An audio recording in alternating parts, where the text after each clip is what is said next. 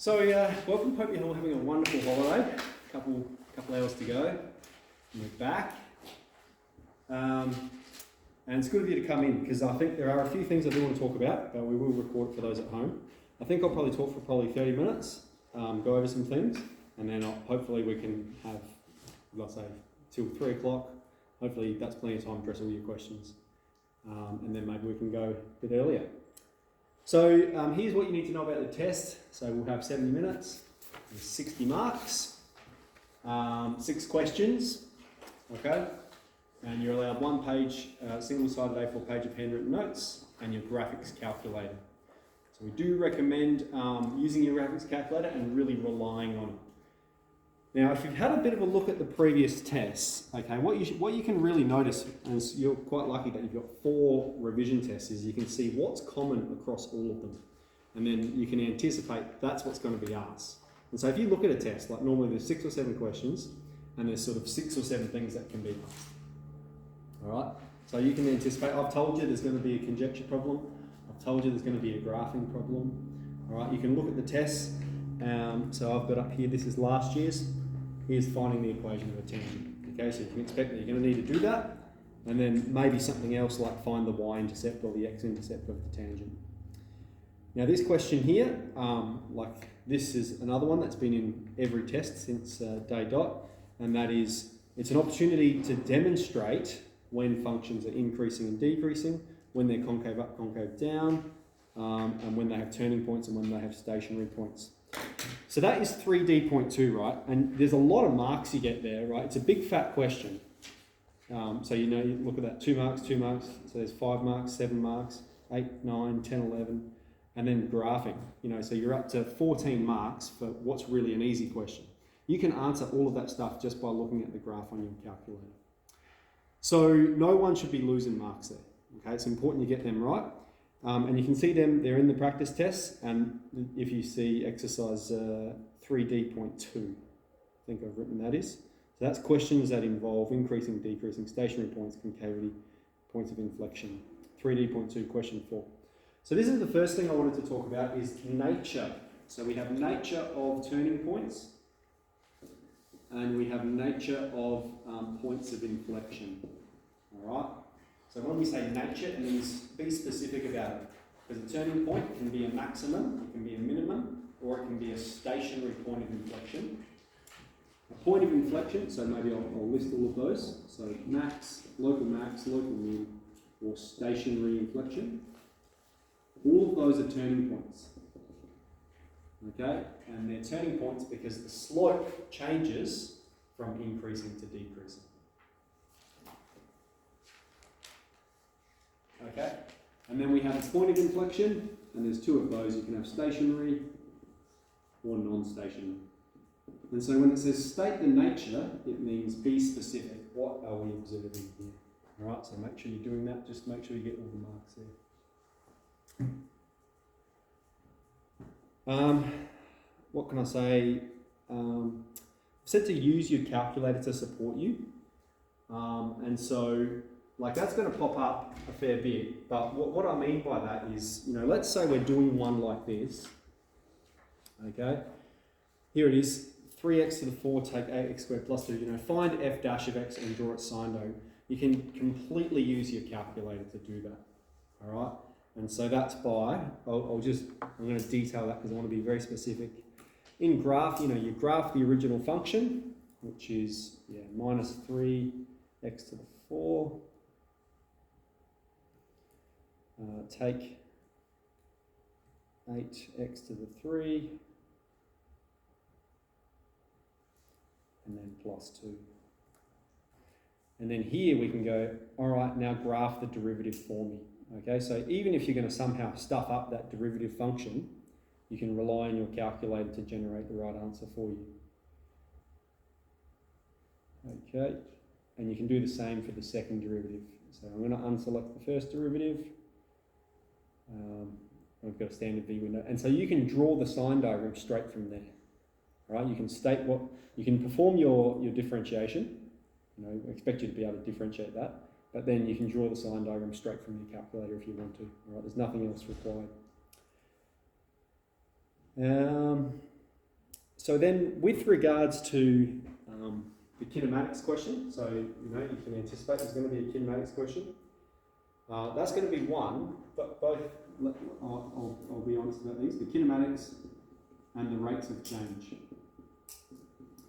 Okay, so you're going to be given a function, right? Let's say we've got some displacement function, all right, whatever it is, and it'll say find a of t and v of t, so you have to differentiate that. You have to find a of t, you have to find v of t, and it will say without simplifying, you don't need to simplify. Here you're just illustrating that you know how to differentiate, okay? All right, so that might be part A. And then part B will say, draw sign diagrams of both, all right? And so again, like, you don't even have to look at this. You can just graph this function and use your calculator to help you come up with the sign diagrams. Okay, so it's about using your calculator to the best of your ability. So we've got nature of points, using the calculator. Just like a few other things as well. When you are graphing a trig function or a logarithm function in your calculator, okay? Let's say you're graphing sine of 5x, all right? You absolutely must put brackets around this whole thing, all right? Otherwise, your calculator is going to calculate sine 5, which is a number, and then x, and so you've got the equation of a line. Right, that's not useful. So whatever you're calculating the trig of, make sure you wrap brackets around it. And the same with a natural logarithm. Okay, if you've got ln of 5x, again, if you did ln 5x, it's going to calculate ln 5 and then times it by x. So make sure we're careful with our brackets there, especially here. Cool. All right. So I've put a few example questions there on the sheet. I'll bring them up, let's work through them, and we'll see what else pops up as we're doing it. So the conjecture question, I'm recommending you do all of them in the booklet. It's not the same as one in the booklet, but it is reasonably similar to one of them. It is about a relationship between the y-intercept of a tangent and a family of functions, okay? So I've come up with one here, and it's going to be reasonably similar to this one. I think it's one of the easier conjecture problems that there are. So, and then this is the statement I want you to be aware of, is even if you cannot see a relationship, okay, and you don't know what your conjecture is, you can still go ahead and prove it, and then go back and fill in that conjecture. And I'll provide an example of that here. So we're imagining this is a conjecture problem. We've performed our specific cases already. And we've filled in this table, so there'll be a table to fill in, and from that we're trying to determine a relationship. We're trying to determine a relationship between n and the y-intercept of the tangent. All right, so you can look at that and probably see the relationship, but let's suppose you can't, okay? And so what we've got here is we've got the family of functions, f of x is x to the n, and we're finding tangents at x is 1, and we're saying what is the y-intercept of the tangent? Okay, so you need to, we've already done that, all right? When we're doing it in the general case, we're taking this function, x to the n, and we're saying what is the y-intercept of the tangent to x to the power of n, okay, where n can be any number, and the x value is 1. Okay, we're talking about the tangent at x is 1. So let's think about that. You can have an x squared, which is a quadratic, okay, and you can draw a tangent at x is 1, and it's saying what's the y-intercept of the tangent. You could have x to the 3, all right, which looks something like this. Your tangent at x is 1. What's the y-intercept of the tangent? Okay, and that's what we've done here. All right, so we've got the y-intercept of the tangent, and we're saying what's going to be this formula that does it for every possible value of x to the n? And we can do that. We can do that with this. And we just repeat the same process that we would to find the equation of the tangent. If we want to know the y-intercept of a tangent, first we need to know, well, what is the tangent? So for a tangent, we need two things. We need the point of contact and the slope. Okay. So the point of contact is quite easy. When x is 1, okay, y is going to be 1 to the power of n, right? And it doesn't matter what n is, 1 to the power of n is always 1. Right? 1 times 1 times 1 times 1, doesn't matter how many times you do it, it's always going to be 1. So we've got our point of contact. Okay, for our slope, we need f dash of x. So f dash of x will be nx n take 1. Alright, and we're talking about when x is 1, what is the slope? So we're going to have f dash of 1 is going to be n times 1 to the power of n take 1. Okay? And we've said again, like, it doesn't matter what this power is, 1 to the power of anything is always 1.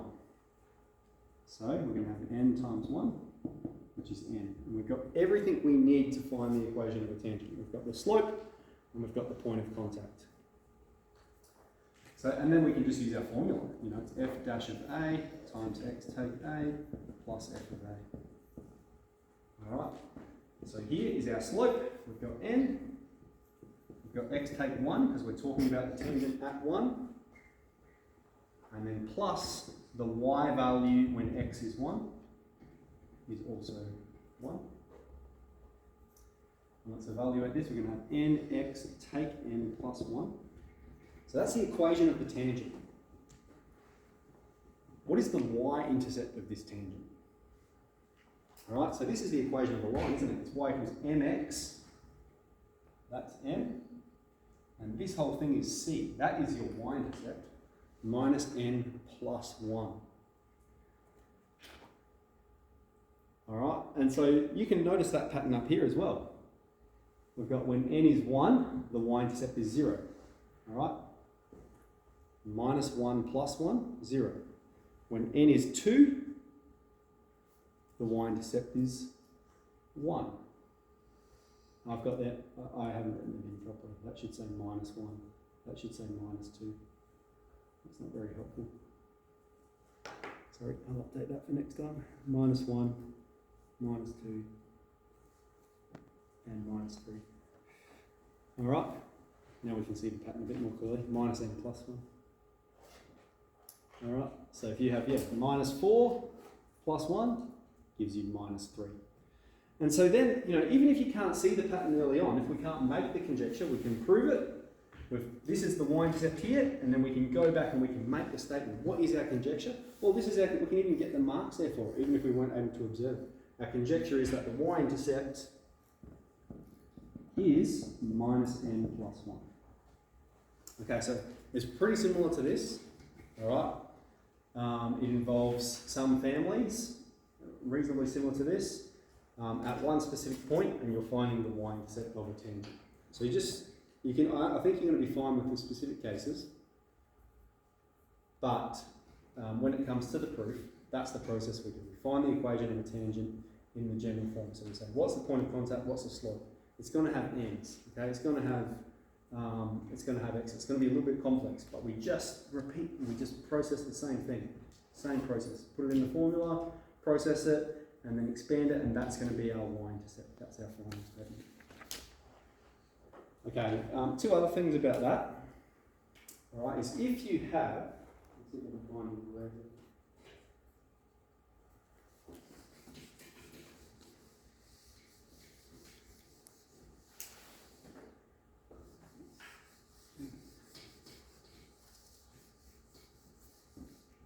If you have, I've written down some examples.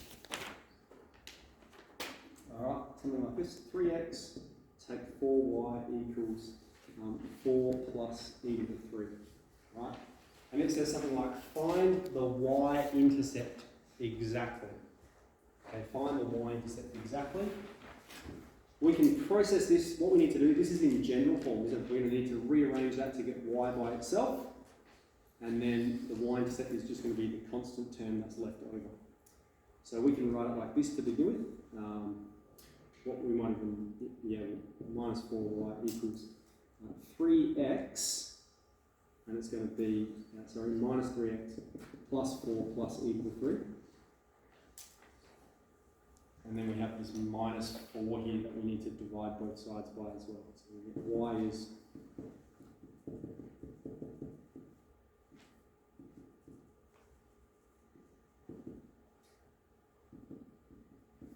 let's split this up.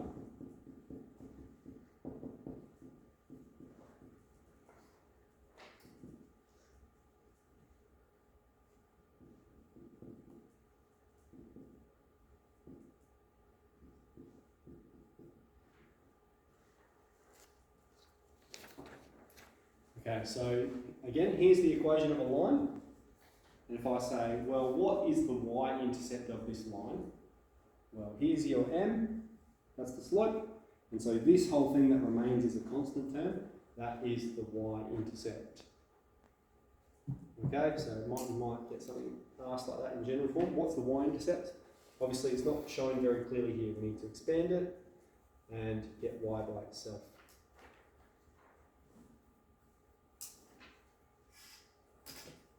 The other way, all right, and this is a bit of a quicker way, is all right, so you can rearrange it to to y-intercept form because that's useful because it tells you y equals mx plus c. The other thing is the y-intercept occurs when x is 0. So you could just cover that up and completely ignore that and solve this for y, and then you're going to get that same value in the y-intercept. Okay?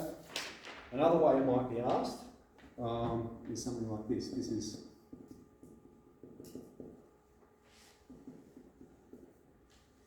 all right, so let's say you have a statement like that, and it says, what is the y-intercept of this line? Okay, well the y-intercept is not lim 10, is it? All right, we need to expand that so that it's so that we can see everything. So this might be like if you were finding the equation of a tangent using the formula, this might be what it looks like, but that is not the y-intercept. You need to expand it in order to get the y-intercept. Okay, and now you can see clearly that's the slope. And this whole thing that remains is the y-intercept.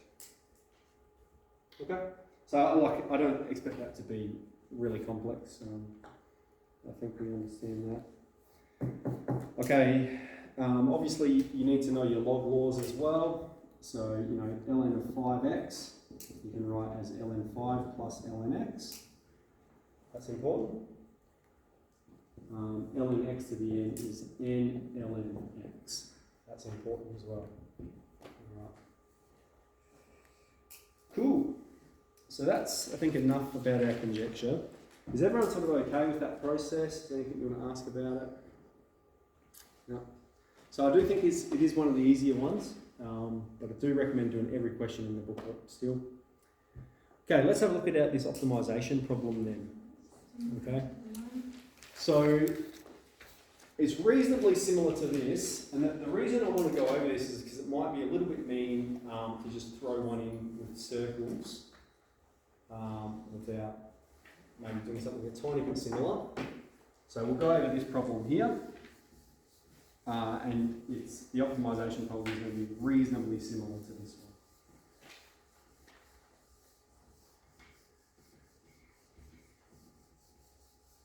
one. Okay, so we've got this sort of shape here. We're building a racetrack. Now this distance here is y, and I haven't illustrated that on the diagram. And this distance from the centre to there is the radius of the semicircle at each end. And so then obviously the distance across the whole thing is going to be 2r, isn't it? From there to there. It'll be 2 times the radius, which is the diameter of the circle. Now we've got 1,000 metres of fencing. So 2 formulas we're going to need to know here, and this is assumed, by the way, is that circumference. Anyone remember off the top of their head? 2 pi r. And then radius, area is pi r squared. So they're very similar. In fact, they involve the same numbers and symbols, just in a different order. So circumference 2 pi r, area pi r squared.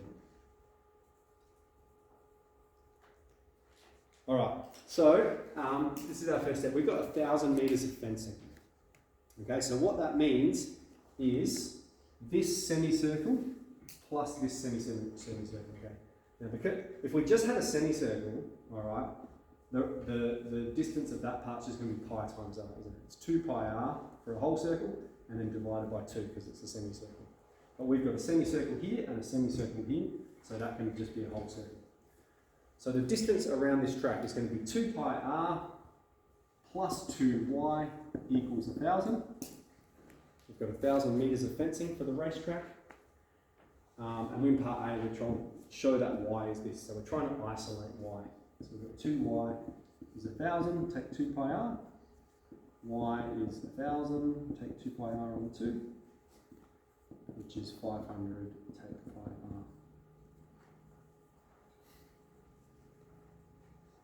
Right, so look, and the problem in the test is similar to this, and that's giving you the answer. Alright, so even if you can't get it, you can still answer part A, you can still answer part B, you can still answer part C. So that's part A. Part B, show that the area is this function. Okay, so we've got the area of this shape. Alright, well it's going to be the area of a circle, alright, this circle here, alright, plus the area of this rectangle. And so the area of a circle is just pi r squared, that part's easy. And then the area of this rectangle is going to be 2r times y.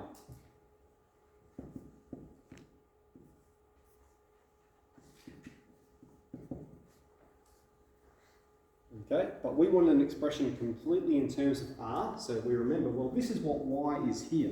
So we're going to put that up there.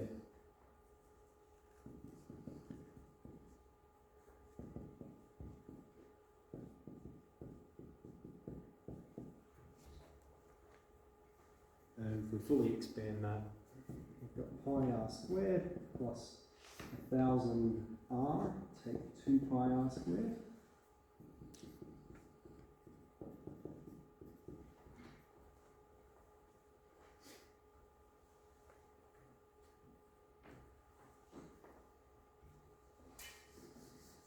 All right, any questions so far?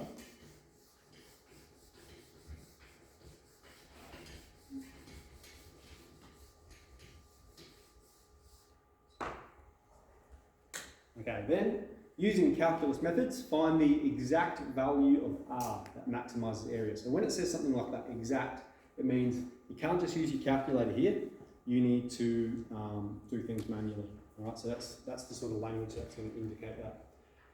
So what we're going to do is we're going to say optimal solution, whether it be a maximum or minimum, optimal solution occurs when a dash of r equals 0. Okay, that's one of our principles of applications of calculus. That's when your local max, local min stationary points occur. So we've got, this is a of r, is 1,000 take 1,000 r, take pi r squared. So a dash of r will be 1,000 take 2 pi r. We need to find when that equals 0. So we've got 1,000 take 2 pi r equals 0. We've got 2 pi r is 1,000.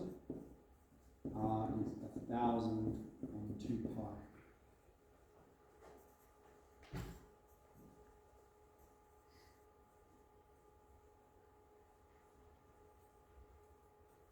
Okay. And meters.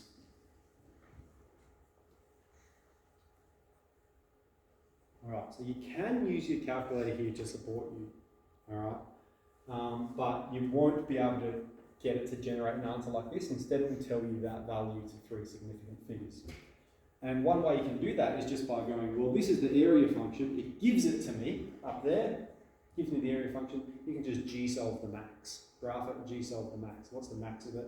That's going to be, that's going to give you the coordinates, alright, it's going to give you r and a of r.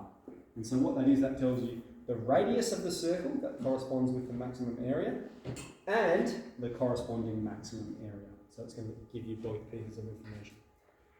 If this is your value of r that maximizes the area and you want to know, you've done it all manually, you want to know, well, what is the area? You just need to plug that back into the original function. That's going to tell you when the circumstance of when you do have the most area. So reasonably similar to this one as well. Any questions about that? Doesn't look too hard? No? Good. Excellent. So that's it, I think. Just using your calculator. So maybe just one more thing. Like in the rates of change problem, I'm just going to make an equation up here. Let's say we've got, well, let's see if we make it like a kinematics one. Kinematics and rates of change are very similar because when we say rates of change, well, velocity is the rate of change of displacement. So let's just say, you know, we have t3 take 6t or something like that. Okay, so how can we use our calculator? And let's say it said something like find initial velocity, all right, or find velocity after 5 seconds. Okay, let's say it was asking something like that. So how are we going to use our calculator? Well, we're going to sketch the displacement function, which is x to the power of 3 take, what do we say, x to the power of 3 take 6x. And I'll unselect that one.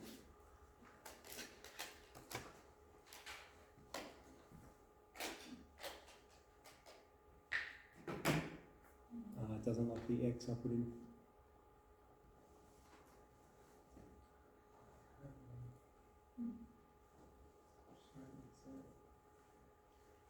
Okay, so if you trace along here, right, it's telling you the value. So remember, this is the displacement function, okay?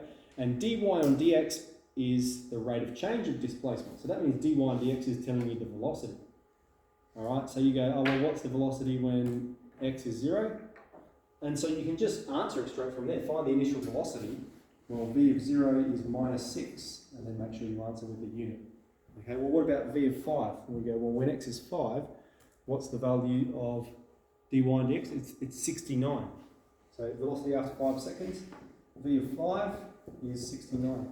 And so, you know, you haven't even differentiated that, because this is the other way to do it, isn't it? Go, well, v of t is going to be 3t squared take 6, and then go, well, v of 5 then is going to be 3 times 5 squared take 6. So we've got 75 take 6, 69. Okay, so you can do it like that if you want to, but if it's 1 mark, all right, and it's got a box this big written on your test, just use your calculator. You know, just go straight from your calculator. All right. So yeah, that's all I wanted to talk about. Yep, nothing else written down here.